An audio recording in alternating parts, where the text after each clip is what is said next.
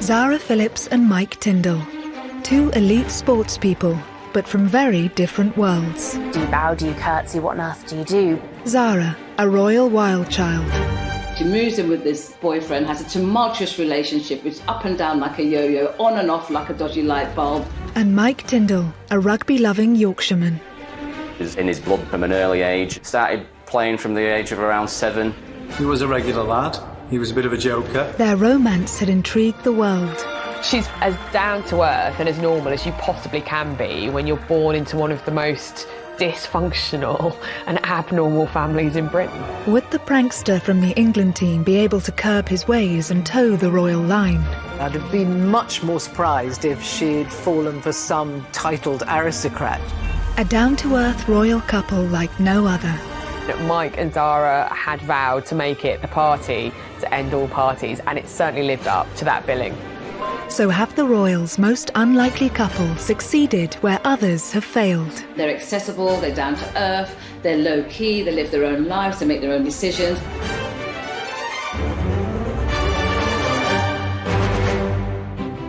Edinburgh, 30th of July 2011. Zara Phillips ties the knot with former rugby union player Mike Tindall. They looked incredibly happy, as everyone should on their wedding day. It was a very low-key affair, what you'd call, I guess, a traditional family wedding. Their wedding took place away from the spotlight. It was a far cry, perhaps, from Mike's humble beginnings and Zara's very privileged start in life.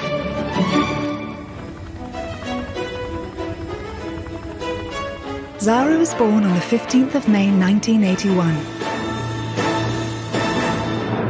Good evening. Princess Anne tonight gave birth to a baby girl, a sister for Peter, who's now 3, and she's the Queen's first granddaughter. But whatever her name, she'll be 6th in line to the throne. From the outset, Zara would be different from the royals who had gone before. She was also the first granddaughter of a monarch to be born without a royal title. I think not having a title has really set Zara free, which is what her mother wanted. It means that she doesn't carry out any official royal duties. I mean, she's hardly royal at all. It's just a coincidence of birth, really. Despite Zara's lack of title, she was born a royal, and with that comes a bubble of wealth, pomp and public attention. Princess Anne wanted her children to have as normal an upbringing as she could give them. That meant shielding her from the pressures she was born into. Zara went to a local primary school. Her only royal head start was an introduction to the world of equestrianism. Horses are absolutely in Zara's DNA. If you cut her open, running through her like a stick of rock would be horses. Undoubtedly, she was sitting on ponies before she could walk. Ponies and horses are just part of her mother's life and her grandmother's life. 200 miles north in Yorkshire, Michael James Tindall was born in the market town of Otley. His dad was a banker and his mum, Linda, was a social worker. Look back a little further in his family tree and there are stonemasons, bootmakers, weavers. Like Kate Middleton, his ancestry is resolutely working class. From an early age, Mike showed signs of enjoying sport, and rugby was the favourite in his family. The Tindall family have got a massive connection with Otley Rugby Club. Philip, Mike's father, was captain there, and a lot of his uncles played for the club, and then his cousins as well. Mike's parents, Phil and Linda, worked hard to send their son to a private school, renowned for its rugby. Mike came into the senior school as an 11-year-old, and he was a very talented sportsman in a very talented year. When I was in charge of under-12s, it was the first team he played for. Then I was coaching rugby and teaching him sport through the school. And his maths teacher, Mr. Fitzsimons, remembers him well. Mike was quite a character. He could be a bit cheeky sometimes, even a bit naughty. He would have called me Sir or Mr. Fitz, or when he thought I wasn't listening, Fitzy. He was a regular lad. He was a bit of a joker. He used to tease me that I looked like Phil from EastEnders. I don't know if Mike would ever describe himself as a mathematician, but he used to work hard. It perhaps didn't come as easily to him as some of the other things he did in school. Aged just 13, Mike had his first encounter with royalty when the Queen attended his school to present a trophy. Mike was actually at the school when the Queen came to visit in 1991 as part of the 400-year-old celebrations, but I very much doubt he would have expected to one day marry the Queen's granddaughter. Despite this brief introduction to the Queen, Mike was firmly focused on the sport he loved and becoming the best he could be. Mike was outstanding, and I often found myself having to substitute him so that we could give the other team the opportunity to play a little bit of rugby. Well, the other lads recognised it. He was a big, powerful, strong athlete and a very good rugby player. I remember watching our first Twickenham final as a school in 1995, and he came on as a replacement. He was only in year 11 and quite quickly went on this confident run with the ball, and I think that summed him up really. He wasn't fazed by the challenges that faced him, either in the maths classroom or on the rugby pitch. It was becoming clear Mike could go way further with his career and his talent than anyone could have dreamed of. He was snapped up by England schools, rugby, which meant that he was whisked off to Australia for a 7-week tour. I mean, what 18-year-old wouldn't grab that chance? And he did with both hands. I mean, he excelled. When Mike was leaving school in 1997, rugby was just turning professional, and he had the offer of a professional contract at Bath. He also had a place at university, and he really wasn't sure what to do. I think I remember saying to him, well, what have you got to lose? You know, go and give it a go. You can always go to uni next year. While Mike was making waves on the rugby field, there were rumours of an emerging talent in the equestrian. Zara Phillips and Mike Tindall, two elite sports people, but from very different worlds. Do you bow, do you curtsy, what on earth do you do? Zara, a royal wild child. She moves in with this boyfriend, has a tumultuous relationship, it's up and down like a yo-yo, on and off like a dodgy light bulb. And Mike Tindall, a rugby-loving Yorkshireman. It was in his blood from an early age. Started playing from the age of around 7. He was a regular lad. He was a bit of a joker. Their romance had intrigued the world. She's as down to earth and as normal as you possibly can be when you're born into one of the most dysfunctional and abnormal families in Britain. Would the prankster from the England team be able to curb his ways and toe the royal line? I'd have been much more surprised if she'd fallen for some titled aristocrat. A down-to-earth royal couple like no other. Mike and Zara had vowed to make it the party to end all parties, and it certainly lived up to that billing. So have the royals' most unlikely couple succeeded where others have failed? They're accessible, they're down to earth, they're low-key, they live their own lives, they make their own decisions.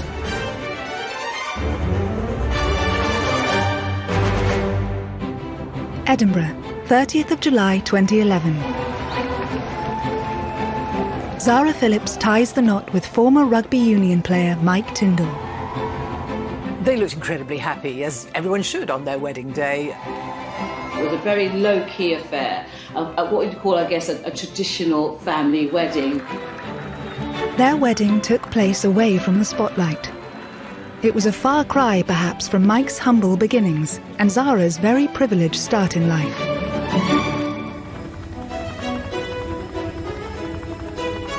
Zara was born on the 15th of May 1981. Good evening. Princess Anne tonight gave birth to a baby girl, a sister for Peter, who's now 3, and she's the Queen's first granddaughter. But whatever her name, she'll be 6th in line to the throne. From the outset, Zara would be different from the royals who had gone before. She was also the first granddaughter of a monarch to be born without a royal title. I think not having a title has really set Zara free, which is what her mother wanted.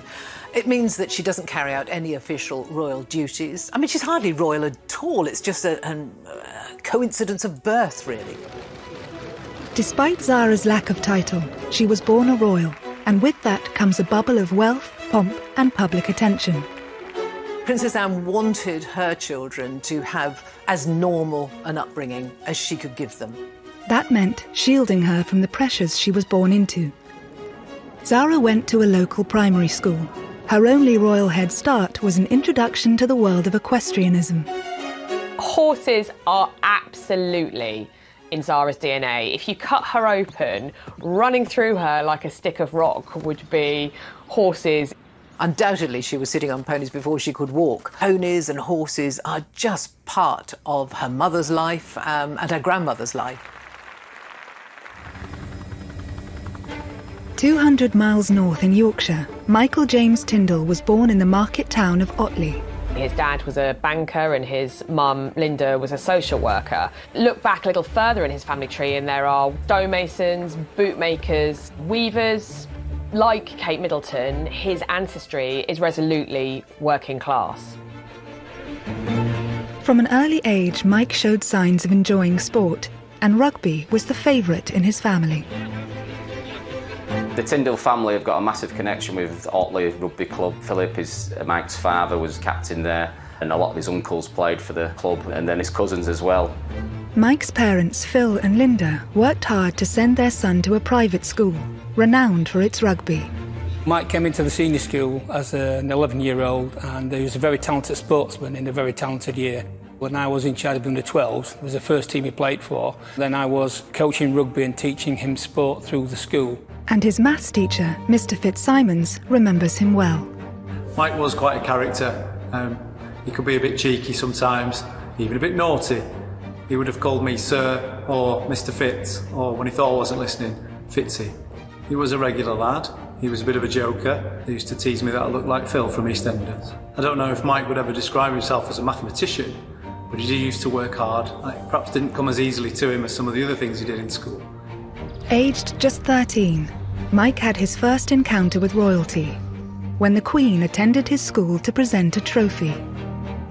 Mike was actually at the school when the Queen came to visit in 1991 as part of the 400-year-old celebrations, but I very much doubt he would have expected to one day marry the Queen's granddaughter.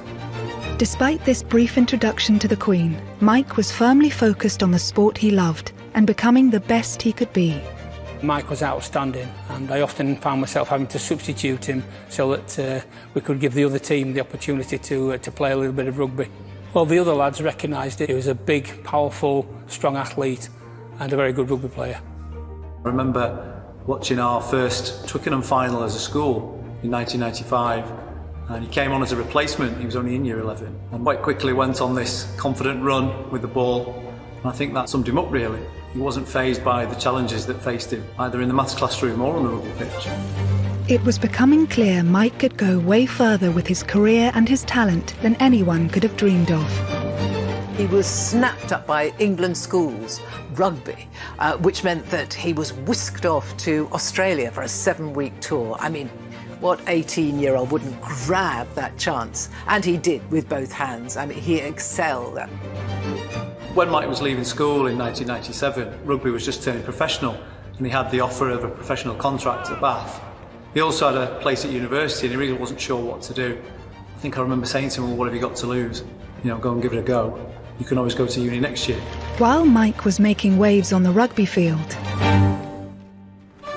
there were rumours of an emerging talent in the equestrian world. Looking after horses is hard work, and Zara's experience gained at an early age had begun to pay off. In Pony Club, you don't just get to get on your horse, your pony, and enjoy the spoils of competitive glory. You have to be able to prove at every stage that you can do all of the work that's involved. You can't just have the glory of riding. So I think it really instilled a work ethic in Zara, which she maintains to this day. And I think that's what she got from her early life, and probably very good for her. But it was only at Burghley Horse Trials that people started to take her seriously. The Burghley Horse Trials is a very big event in the equestrian world, and she came second in that in 2003. That was a big achievement. I think that was the moment where people really sat up and went, no, this girl is serious.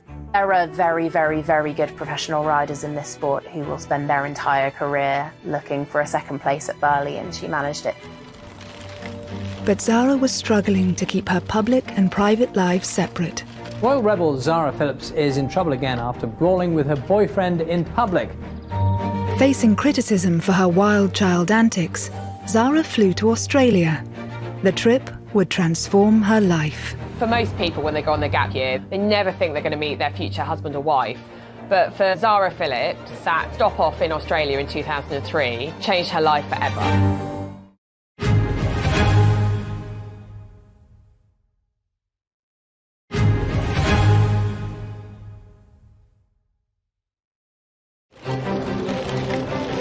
In the winter of 2003, Zara Tindall fled from the prying eyes of the British media to Australia. In 2003, Zara was doing what a lot of women in their early 20s were doing. She was on a gap year.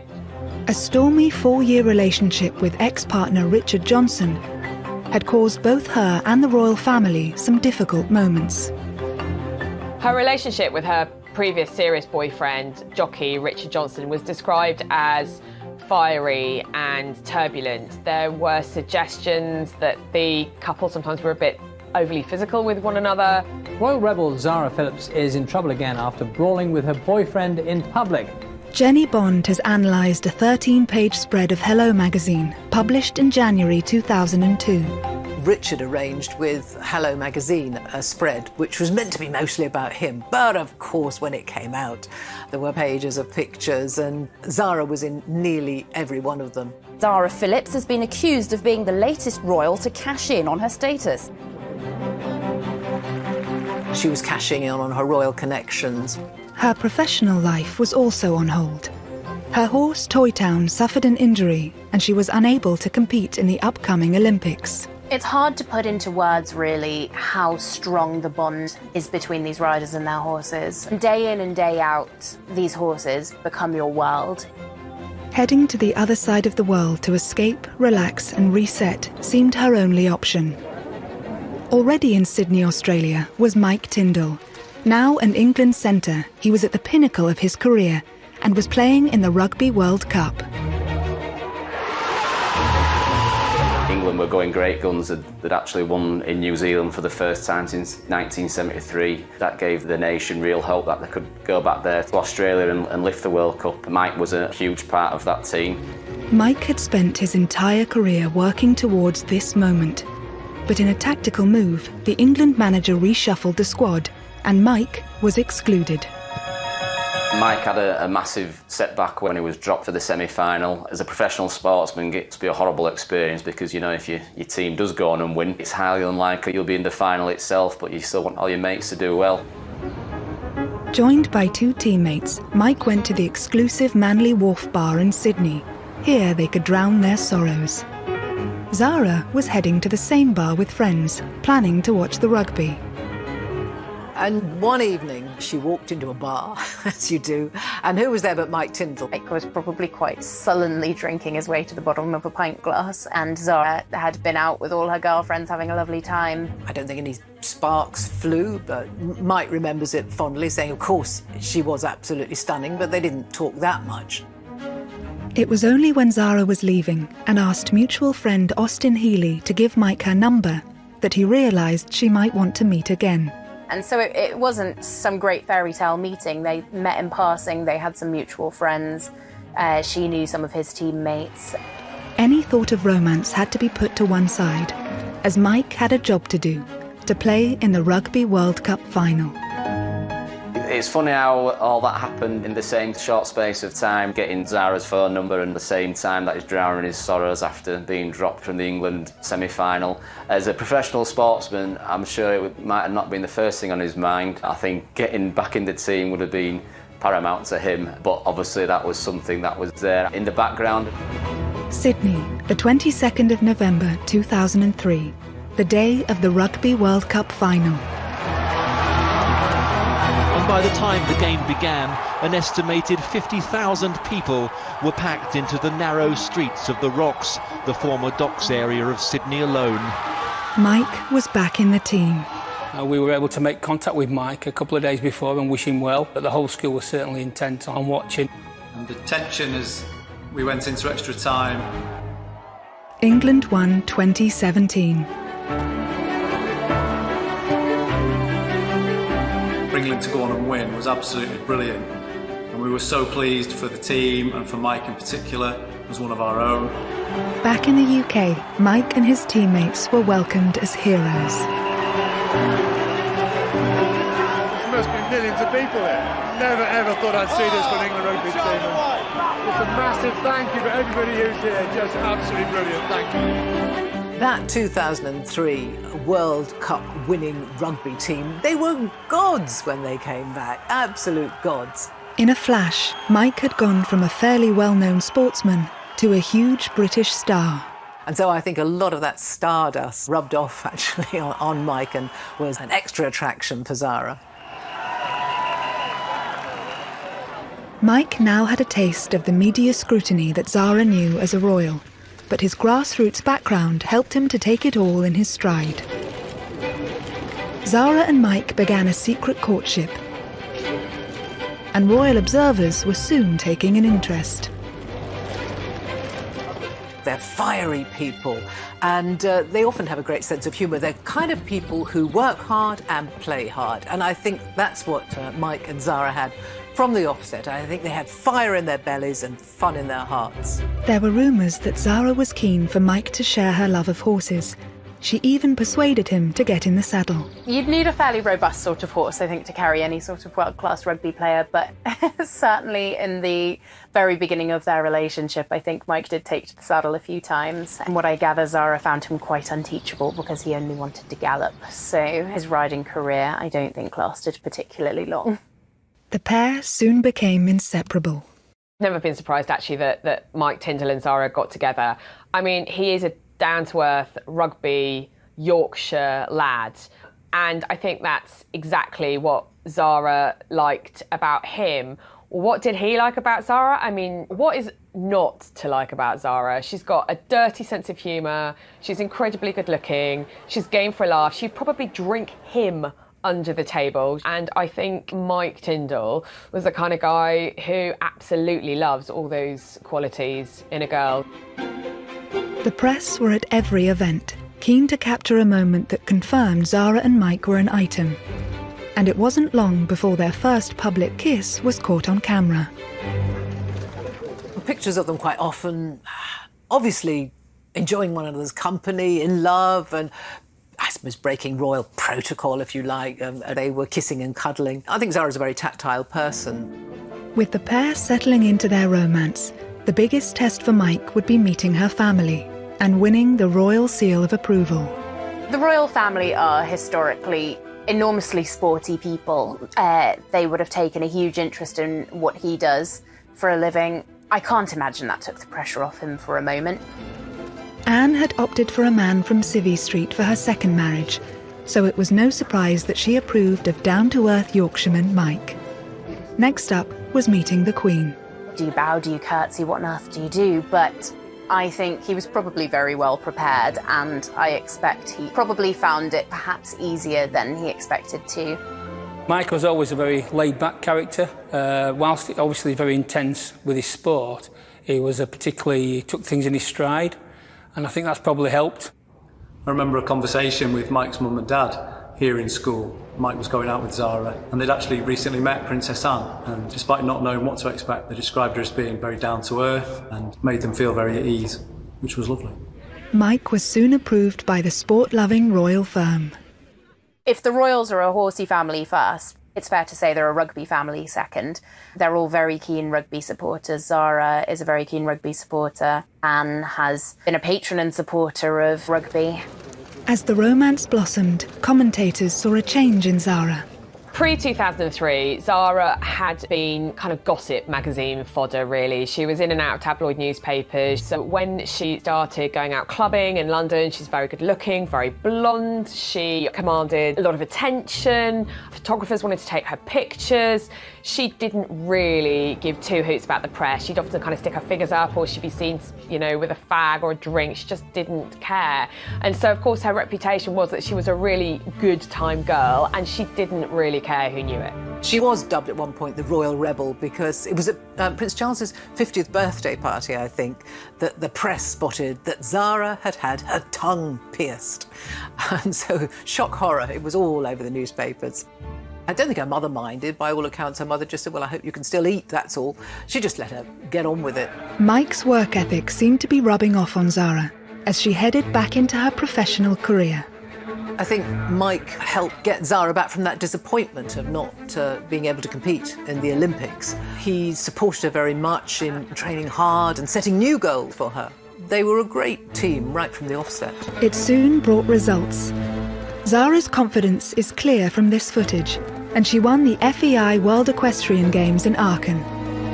Before their relationship started, Zara was already very much a successful athlete in her own right. She had a training system that she'd been crafting through the years. It can be an extraordinary partnership to have two high-performing athletes come together. That was demonstrated perfectly at the Sports Personality of the Year. The BBC's Sports Personality of the Year for 2006 is Zara Phillips. Where Mike's pride for Zara was clear, in the midst of leading figures from the sporting world. I don't know if many boyfriends could be convinced to be at every single event every weekend, but certainly Mike's been able to support Zara through the competitions where the pressure's on and it really matters. By the time Mike's major games came along in the peak of his career, Zara's horses were tanned out in a field for the winter and enjoying their holidays. Mike was now very much part of the royal family. Mike and Zara just seem solid. I think there is obviously a huge amount of love in their relationship. If you watch their body language, they're always smiling, they're very tactile, they're very warm, they seem comfortable in their own skin and they seem comfortable together. Zara's next big goal was to compete in the 2008 Olympics with her horse Toy Town.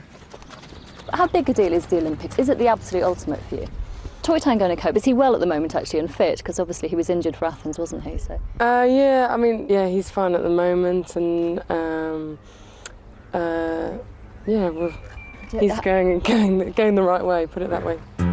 Olympics business aside, the world awaited an important announcement. There have been these little rumours about a secret engagement. I'm not seeing a ring, so is there any truth in any of that? I wish you guys would get a new question.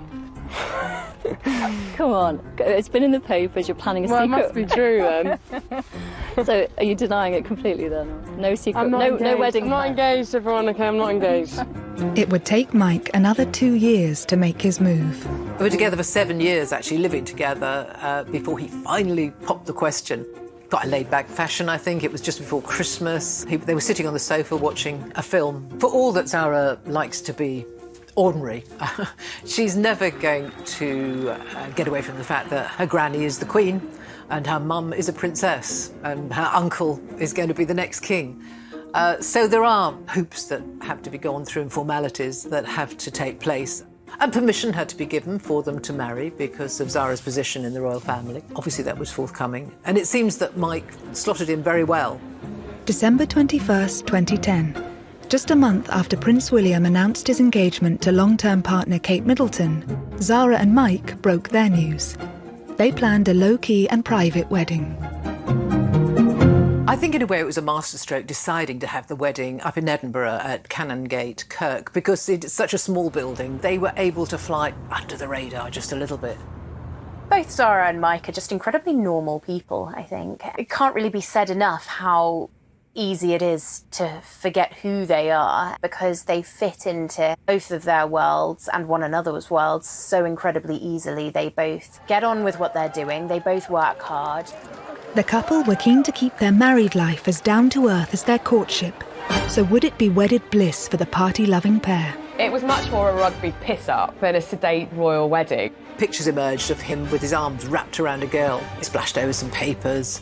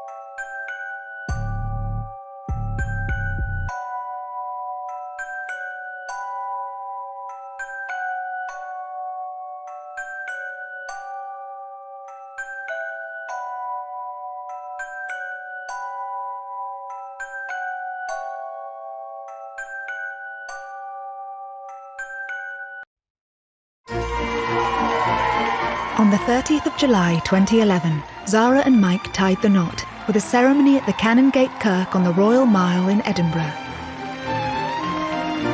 The couple were starting their married life together the way they meant to go on.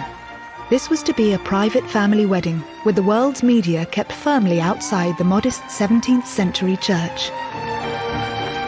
I think Mike and Zara did themselves a great favour, actually, by getting married just a few months after the big event, which was William and Catherine's wedding. You know, we all had a bit of wedding fever that year, 2011. And so I suppose 2 or 3 months later, they were able to fly under the radar just a little bit. Obviously, there was some press coverage and there was interest.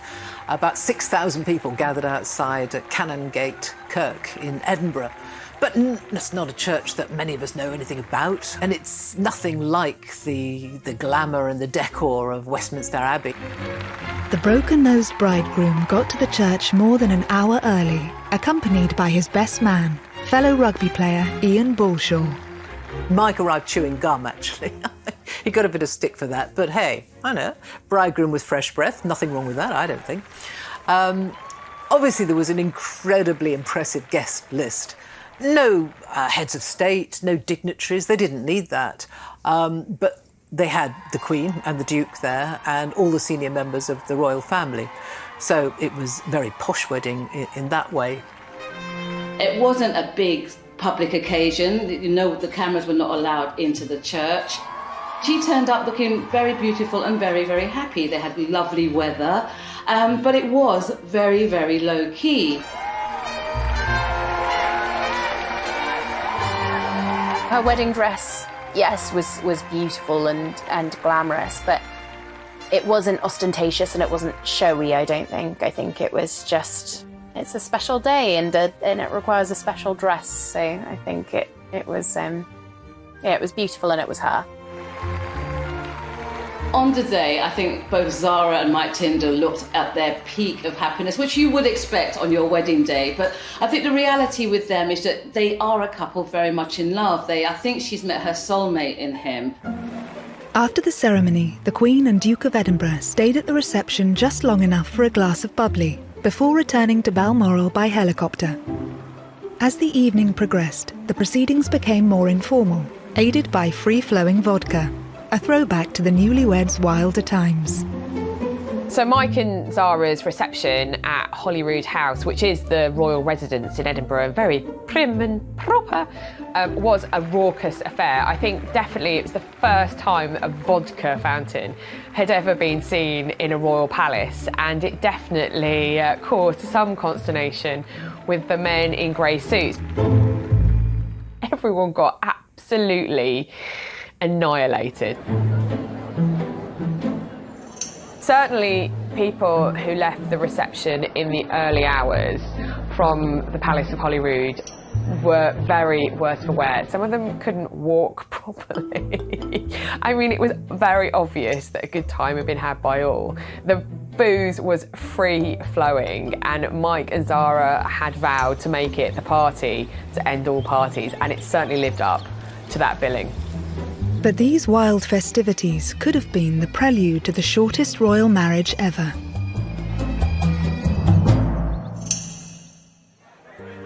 Just 6 weeks after the wedding, the bridegroom was caught on CCTV with old flame Jessica Palmer in a bar in New Zealand after England had beaten Argentina in the Rugby World Cup.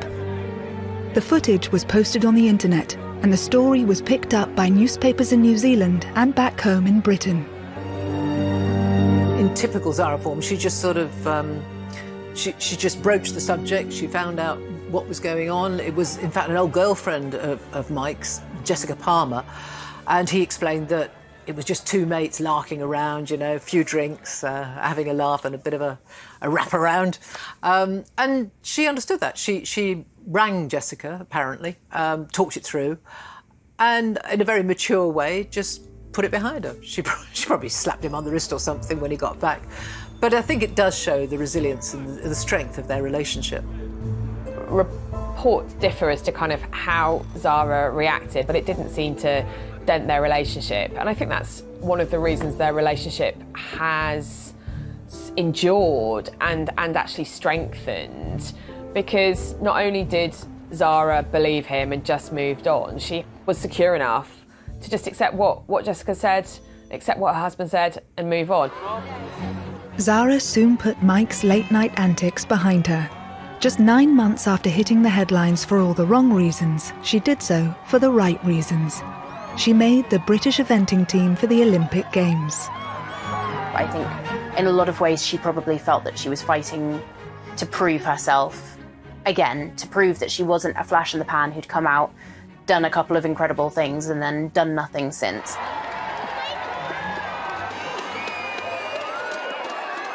Zara's greatest success to date, and she may well go on to have other great successes, was in the 2012 home Olympics, the London Olympics. She'd been heartbroken to miss both the previous Olympics because of injuries to her horse, but this time she was fit and so was her horse. And they did very well. She stayed in the village, she enjoyed the whole Olympic experience. And a very exciting time for you, this. Yeah, I'm very happy to be part of it, and, you know, hope we can, all 5 of us can do an awesome job.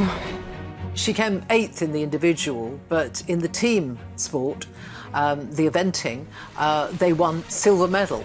Can you hold them up then? Can we have a look? Yeah, just a big hooray! Cheesy grins. Yay! Zara's success in the saddle mirrored Mike's achievements on the rugby field.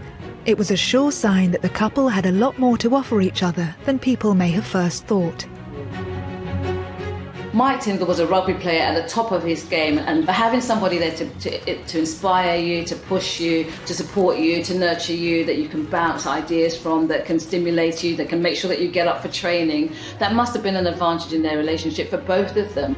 Mike knew what it took to win, and I think that really helped Zara. I think it really actually helped her believe in herself as much as anything, because she's a very talented sportswoman, but obviously you have to be able to believe in your head that you can do it to actually then be able to go and achieve it. Zara's mum, Princess Anne, had played a major role in bringing the Olympic Games to London. Of course, she was a famous horsewoman herself and had missed out at the Olympic Games in Montreal. So I think she would have been slightly bittersweet, obviously, that she hadn't managed to win an Olympic medal. But knowing Princess Anne, I think that she would have been, if she'd have had to choose between having an Olympic medal herself or her daughter winning one, she definitely would have wanted her daughter to win one. And of course, she watched her win it, and she was absolutely delighted. And who pops up to give you your silver medal but your mum? And so that was a nice family moment. Tell me how that... Yeah, it was awesome. Obviously, she's part of the IOC, so... You were expecting it. It wasn't a huge surprise. I thought they might do it. Yeah. So, no, it was cool. It was really, you know, to get a medal anyway is amazing.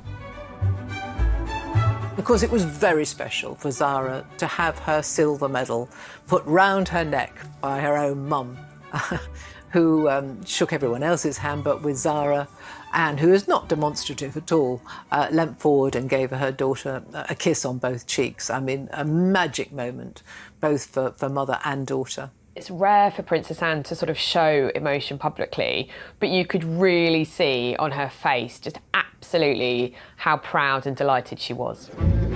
Zara's sporting achievement marked a change in the royal, who had shown her potential in her own right and had made people take her seriously. Now the Tindalls were a force to be reckoned with. They demonstrated how modern royals could function both as individuals and as a couple. Zara and Mike Tindall are a good example of a modern royal couple. I mean, they're accessible, they're low-key, they live their own lives, they make their own decisions.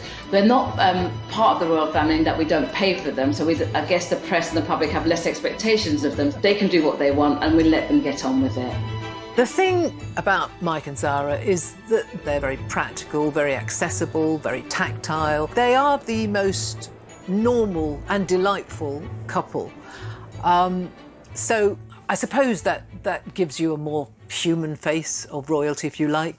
The pair have always been keen to do their own thing, and that means paying their own way. After Zara's ill-fated hello shoot with her ex-partner, she's been careful to make sure that their means of funding their lifestyles flies under the radar.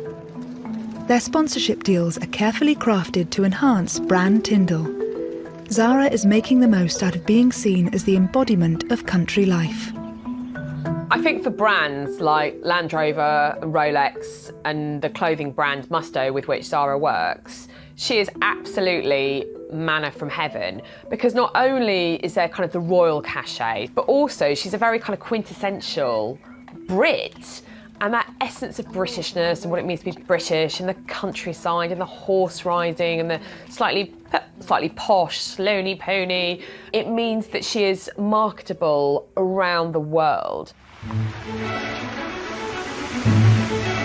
Zara's always been quite savvy with how she's worked with companies, and she does represent quite a unique asset because, of course, she's a very successful rider, she's a beautiful woman, and she's a royal. I want a new instructor, please. He's rubbish. She's had a long-standing partnership with Land Rover, who have a history of supporting eventing, and so she's able to keep the boat afloat using sponsorships in much the same way that other riders do. It's a fact of life in the business. There is nobody paying the bills just for somebody riding and winning. Prize money is minimal in our sport. And so being creative with business partnerships is what pays the bills at the end of the day. As part of her deal with Land Rover, Zara featured in an advert wearing a mud-splattered white evening gown and stilettos. She just looked like a supermodel. She was, perfect endorsement. She looked glamorous, she looked aspirational, you can see why she would appeal to so many brands. I thought that was a very clever advert because it sums up her appeal. She's not precious, she doesn't stand on ceremony, even when dressed in a ball gown, she doesn't care if she gets it dirty, it's fine, that's what dry cleaners are for. She's as normal as you possibly can be when you're born into one of the most dysfunctional and abnormal families in Britain.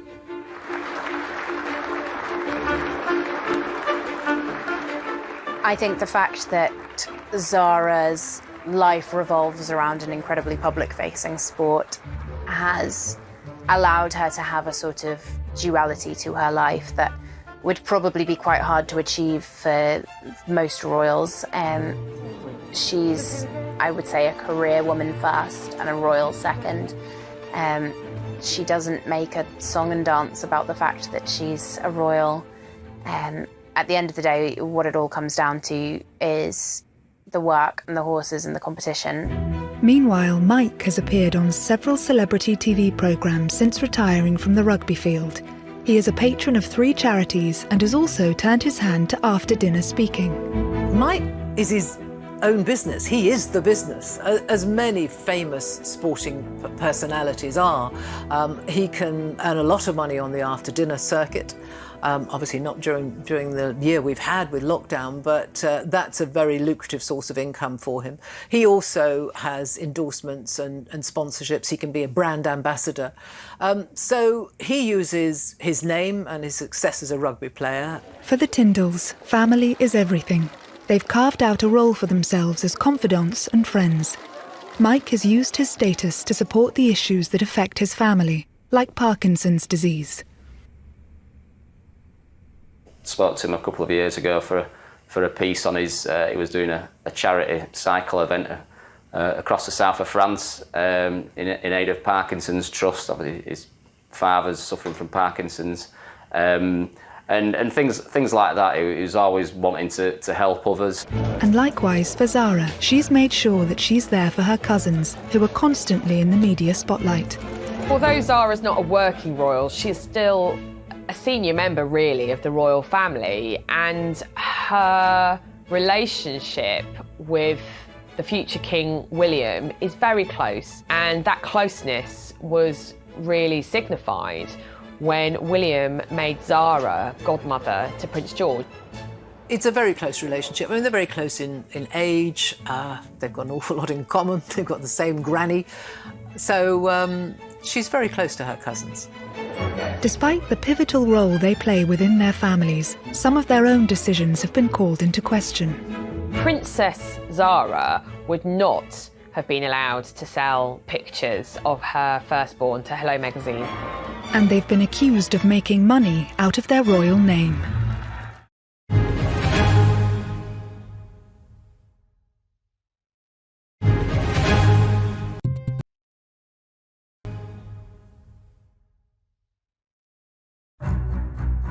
Life has been good for the Tindalls. They've made a decent living and settled on the Gatcombe Park estate, close to Zara's mum, Princess Anne. They soon started a family, but eyebrows were raised when the couple sold highly personal photos of the Queen's great-granddaughter, Mia Grace, to the same magazine that upset the royal household last time Zara was featured. The first real pictures we saw of Mia were in Hello magazine, which of course they were paid for, which did raise some eyebrows because of course it is still the Queen and Prince Philip's great-granddaughter. Speaking to journalists, Mike had a logical explanation for going public with the pictures. We did it because people wanted it, and we had control over it. We had those photos done anyway, so it was more because people seemed to want it rather than anything else. Did you have to ask permission from the in-laws or not really? I'm not going to talk about that. Doing a photo spread in Hello is an absolute no-no for a working member of the royal family. But as daughter of a princess and not a prince, Zara was not born with a royal title. So there was nothing to stop her and Mike selling their baby photos. They took the criticism in their stride and refused to be drawn on it further. Before long, interest in the accusations died down, and Zara and Mike adapted well to combining parenthood with their busy careers. But life was about to get more difficult for them both. Even for such a happy, successful couple as Mike and Zara, life isn't always smooth sailing. And they had the tragedy of 2 miscarriages, actually, between their two daughters. The first was quite late on, actually, and Zara had to go through with the birth, which must have been terrible. And of course, everyone knew she was pregnant by that stage. So it was very, very distressing. Zara later gave an interview to raise public awareness, tackling this very painful issue head-on in a way that many people could relate to.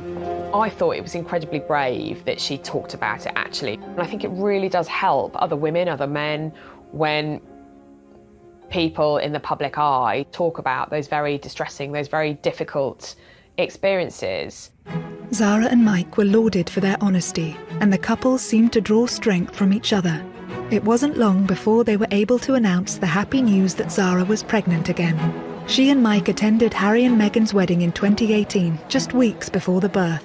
They hit the headlines simply by being at the service. It was quite funny watching Zara sitting on the very hard pews in St George's Chapel at Windsor Castle. You could tell that she was so uncomfortable. It was quite hot. Mike was fanning her with the order of service. And when Bishop Curry, the American preacher, was kind of firestone and ashes and brimstone in the pulpit delivering his sermon, she was desperately trying not to laugh. Zara and Mike's second daughter, Lena Elizabeth, was born on the 18th of June 2018, and the pair share parenting duties. I think Mike is quite a hands-on dad. He'll look after the kids while Zara goes out and does the mucking out the stables and gets the horses fed and watered. So he's a modern dad in that way. Obviously, you can't give birth and jump straight back on a horse, but Zara hasn't let it stand in her way, actually, and as soon as she could, she was back out riding, back out training, and she's continued to do that. You know, motherhood does not mean the end of your life, you know, it's just another chapter. She's committed to family, she's committed to her sport, she's made both of them work in a very successful way. So I think she's probably in a really good space.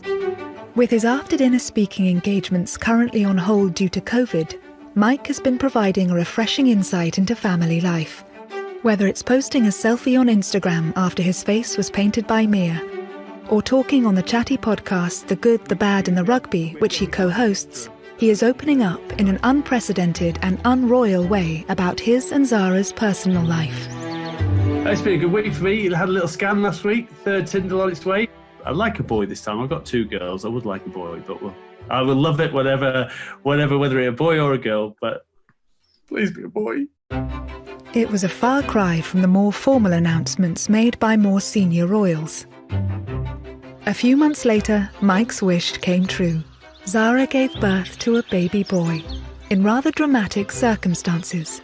Baby Lucas arrived so quickly, there wasn't time for Mike and Zara to get to hospital. On the Saturday night, Zara had started suffering some contractions, and the plan had been for her to give birth in the local birthing centre where Lena had been born.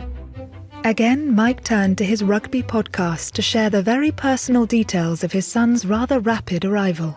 Sunday got even better because a little baby boy arrived at my house. Arrived very quickly, didn't make it to hospital, on the bathroom floor. You're So yeah, it was run into the gym, get a mat, get into the bathroom, get the mat on the floor, towels down, brace, brace, brace. I think Mike Tindall has ended up being an asset to the royal family in that he's a connection to, I guess, us. You know, he's normal, he's authentic, he has a great sense of humour, he's a solid father. He loves Zara, he loves their family. He's made them a very modern family. With the arrival of baby Lucas, possibly there might be another rugby player in the family. Maybe he'll be the one who gets to run out at Otley eventually. But yeah, I imagine that at some point he'll be getting the rugby bug. Mike must be elated because he finally gets the boy that he wanted, and that, there's no doubt, being a rugby player, you can imagine that that kid will be out on the pitch, on the field with his dad, having a great time.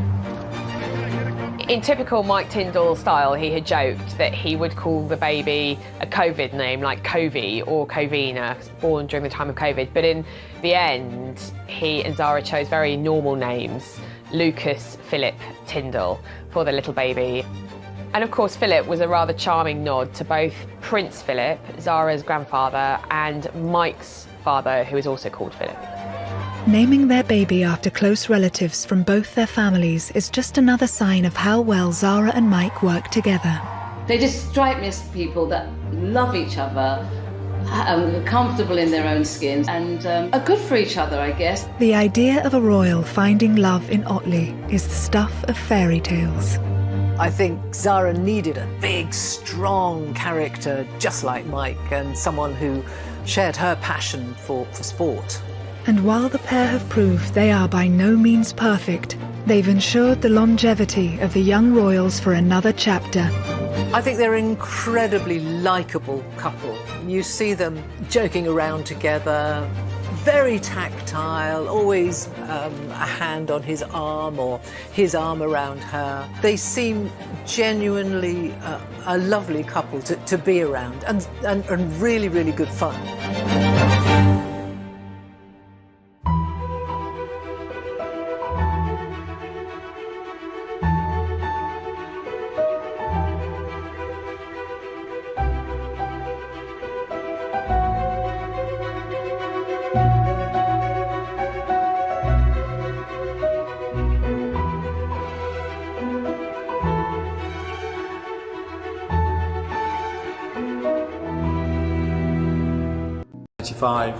And he came on as a replacement. He was only in year 11 and quite quickly went on this confident run with the ball, and I think that summed him up really.